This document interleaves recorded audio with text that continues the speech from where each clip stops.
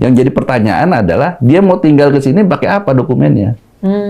Kan sudah hilang status keluarga negara. Paspor dari negara pasti sudah diambil, dicabut. Tidak punya begitu. Iya, makanya jalan satu-satunya dia harus mengajukan kewarganegaraan dari tempat tinggal di mana dia mengabdi.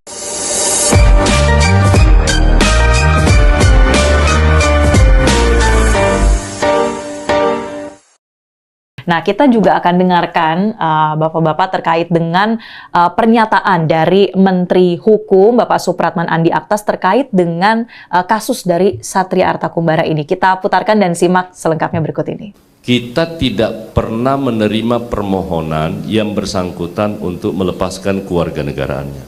Yang bisa saya sampaikan kepada teman-teman bahwa berdasarkan Undang-Undang Kewarganegaraan, siapapun warga negara Indonesia yang terlibat sebagai prajurit perang di negara lain tanpa izin presiden, otomatis kewarganegaraannya hilang. Itu bukan kata saya, kata undang-undang begitu. Nah, berbicara soal mekanisme bagaimana seseorang mendapatkan kewarganegaraan atau kehilangan kewarganegaraannya, seperti apa sih Pak Dirjen?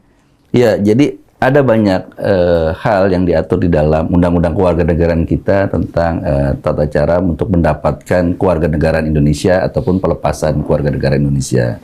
Ada karena faktor keinginan permohonan yang bersangkutan, ketika yang bersangkutan tinggal berturut-turut, ya misalkan 5 tahun berturut-turut atau mungkin 10 tahun, tapi selang-seling gitu ya. Itu juga diatur dalam Undang-Undang Kewarganegaraan kita. Termasuk juga tata cara bagaimana kita misalkan keluar dari warga negara Indonesia. Kenapa? Karena konstitusi kita memberikan jaminan setiap orang berhak untuk menetapkan status kewarganegaraannya. Memilih gitu ya. Jadi ini salah satu hal yang dijamin oleh konstitusi kita, tetapi walaupun dia bisa in out dari warga negara Indonesia, semua ada aturannya. Ini negara hukum, semua harus seenaknya saja. Lock in lock out ya Pak? Ya, lock in lock out ya, suka-suka aja gitu. Jadi ini yang tetap dijaga oleh pemerintah tentu selaku penyelenggara pemerintahan ya, dan kita berharap supaya baik pemerintah maupun setiap warga negara juga menaati aturan hal tersebut gitu. Oke, kita juga tampilkan nih Pak, ada grafis terkait dengan alur proses permohonan kehilangan kewarganegaraan. Secara sederhananya mungkin Pak boleh dijelaskan apa yang proses yang ditunjukkan dalam grafis ini? Iya, kalau dari sini kan ini alur yang sifatnya normatif dan prosedural teknis ya. Bagaimana ketika seseorang mengajukan permohonan, itu mengajukan permohonannya melalui aplikasi kewarganegaraan yang ada di sistem AHU online. Nah, ini diajukan dan kemudian mengisi berbagai data-data teknis yang diperlukan.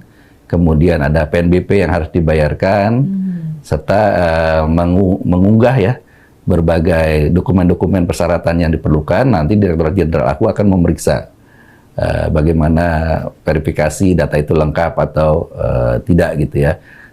Ini termasuk misalkan ketika orang ini ingin menjadi warga negara Indonesia gitu misalkan. Tapi kalau misalkan kehilangan juga, dalam konteks ini kan konteks kehilangan ya.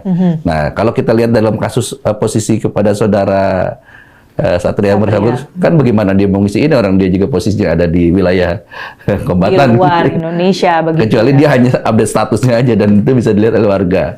Oleh warga. Nah, jadi ketika hilang dan ini tidak ada prosedurnya ya tentu menjadi hal gitu. Dan kalau dari kajian kita juga dari aspek Undang-Undang Kewarganegaraan kita, kemungkinan yang bersangkutan kalaupun mau menjadi warga negara Indonesia lagi, dia harus melewati masa proses naturalisasi murni. Tidak semudah itu Ferguson ya? Dia harus 5 tahun berturut-turut tinggal di Indonesia, coba bayangkan. Dan yang kedua, atau 10 tahun selang-seling. Yang jadi pertanyaan adalah, dia mau tinggal ke sini pakai apa dokumennya? Kan sudah hilang status kewarganegaraan. Paspor dari negara pasti sudah diambil, dicabut. Tidak punya begitu. Iya, makanya jalan satu-satunya dia harus mengajukan kewarganegaraan dari tempat tinggal di mana dia mengabdi. Ketika dia mengabdi ke salah satu negara menjadi kombatan di sana, dia akan menjadi warga negara sana. Kalau tidak, itulah yang menjadi pertanyaan dia, apakah warga negara asing tersebut atau stateless jangan-jangan. Stateless. Iya. Oke, ini saya mendengar itu kalau kewarganegaraan kan suatu hak yang begitu mendasar sebetulnya ya Pak. Artinya ketika menjadi stateless ini risiko yang begitu berat. Nah, Pak Tunggul mungkin ingin menanggapi Pak terkait dengan risiko-risiko dari pilihan yang ya bisa dikatakan ceroboh begitu sampai kemudian stateless dari seorang mantan prajurit Pak. Sebenarnya kan kalau kita berbicara kasus Satria, yang bersangkutan kembali tadi sudah menjalani masa dinas di kemiliteran cukup lama. Pengetahuan tentang hal itu sudah dia dapatkan. Sehingga ini merupakan suatu pilihan hidup bagi dia. Udah tahu resikonya akan sejauh ini, akan susah pulang ke Indonesia. Tentu saja kan setiap pilihan yang kita ambil ada risiko, baik risiko positif maupun risiko negatifnya. Risiko negatifnya seperti yang tadi disampaikan oleh Pak Dirjen, dia secara otomatis kehilangan kewarganegaraannya karena bergabung dengan militer asing tanpa izin presiden. Dan saya yakin tuh yang bersangkutan sudah tahu, Mbak. Sudah tahu. Itu suatu risiko yang harus dia ambil. Begitu, Mbak. Baik, nah pertanyaan selanjutnya, kalau kemudian ini kan lagi proses begitu ya, yang bersangkutan memberikan permohonan walaupun via media sosial, begitu. Nah, kalau kemudian katakanlah ia nekat begitu kembali ke Indonesia. Nah, apakah harus menjalani prosedur-prosedur, misalnya menjalani hukuman terlebih dahulu begitu Pak, yang sebelumnya diputuskan oleh militer atau seperti apa Pak? Iya. Karena yang bersangkutan pada saat dijatuhi hukuman adalah dijatuhi secara in absentia. Dalam artian yang bersangkutan nggak hadir. Nggak hadir. Di situ ada penjatuhan hukuman pokok dan tambahan. Pokoknya adalah dia dipenjara selama 1 tahun. Kemudian dengan hukuman tambahan yaitu berupa diberhentikan dari dinas militer aktif. Artinya apa? Dia belum menjalani hukuman, Mbak. Belum menjalani hukuman. Kalau kita tadi berandai-andai ya, kalau dia bisa dapat kembali kewarganegaraan sebagai warga negara Indonesia, tentu saja dia masih harus menjalani proses hukuman penjara selama 1 tahun. Konsekuensi hukum tetap berlaku ya. Iya, betul. Apalagi sebelumnya juga di media sosial, kita kan tahunya kan endingnya saja. Di media sosial beliau menghina tentang status negara kita. Sebelum ada video permohonan maaf itu ya Pak ya. Jadi ini juga menjadi pelajaran bagaimana ya nggak bisa seenaknya aja gitu dia itu. Jadi saya rasa perbuatan dia tidak mencerminkan namanya dia gitu. Seorang satria gitu.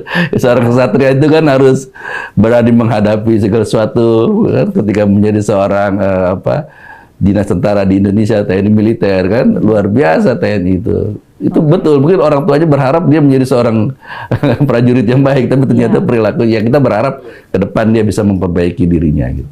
Ya, suatu pembelajaran yang berharga begitu ya Bapak-bapak. Nah, kita akan bahas juga soal bagaimana dunia ini kan sekarang semakin borderless begitu ya Pak. Tidak batasan-batasan tuh semakin tipis. Kemudian juga ada konsep global citizenship, menjadi warga negara, warga dunia. Nah, di tengah fenomena ini, saya ingin minta tanggapan dari Pak Tunggul, bagaimana tetap menanamkan patriotisme, cinta tanah air kepada para prajurit, Pak. Karena kan ini, walaupun sebelumnya belum ada kasus seperti ini, tapi ini menjadi suatu preseden ke depannya. Ini bagaimana Pak melihat tantangan ke depannya?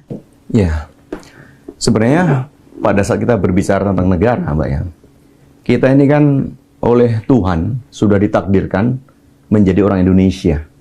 Kita tidak minta, kita nggak milih, tapi suatu given kan gitu ya, suatu given. Kemudian kita lahir, besar, kemudian hidup dengan segala macam potensi yang ada di Indonesia. Kan ini harus kita syukuri, kita harus tunjukkan rasa syukur kita tuh dengan cara berprestasi. Terserah mau ngambil profesi sebagai apa. Nah, berkaitan dengan seorang prajurit, begitu seseorang warga negara Indonesia bergabung kepada prajurit, dalam hal ini adalah Tentara Nasional Indonesia, itu sudah disumpah untuk setia kepada Negara Kesatuan Republik Indonesia. Sumpah itu mengikat. Kepada siapa? Yaitu kepada prajurit. Artinya apa? Selagi dia masih tercatat aktif sebagai seorang prajurit TNI, maka sumpah itu mengikat. Untuk itulah ada suatu hukum yang meyakinkan, untuk meyakinkan seorang prajurit itu mematuhi sumpahnya itu, yaitu dengan hukum disiplin militer. Makanya terikat kan gitu. Kalau misalnya seseorang itu sudah keluar, artinya sudah purna atau sudah tidak lagi menjadi seorang prajurit, tentu saja sumpah itu tidak lagi mengikat. Begitu, Pak. Saya juga minta tanggapan Pak Dirjen, bagaimana Pak menghadapi tantangan seperti ini untuk kedepannya ini tetap menanamkan ya kesetiaan kita kepada tanah air, Pak. Ya, jadi pertama memang saya ingin sampaikan ketika seseorang ingin menjadi warga negara Indonesia aja ya loh, ya ingin menjadi warga negara Indonesia itu nggak mudah. Dia harus berikrar menyatakan untuk setia kepada Pancasila dan Undang-Undang Dasar 1945.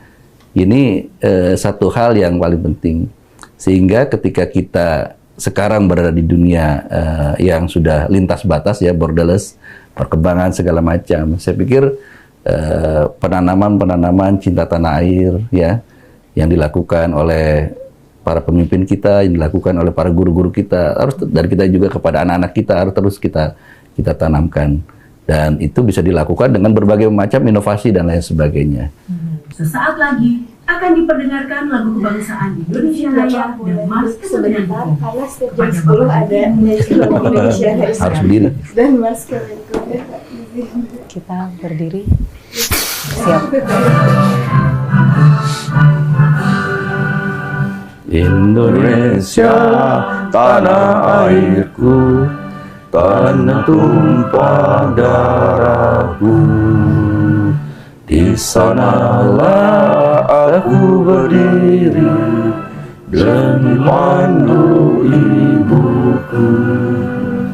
Indonesia kebangsaanku, bangsa dan tanah airku. Marilah kita berseru, Indonesia bersatu. Hiduplah tanahku, hiduplah negeriku, bangsaku, rakyatku semuanya. Bangunlah jiwanya, bangunlah badannya untuk Indonesia Raya. Indonesia Raya, merdeka, merdeka, tanahku, negeriku yang ku cinta. Indonesia Raya, merdeka, merdeka, hiduplah Indonesia Raya. Indonesia Raya, merdeka, merdeka, tanahku, negeriku yang ku cinta. Indonesia Raya, merdeka, merdeka, hiduplah Indonesia Raya.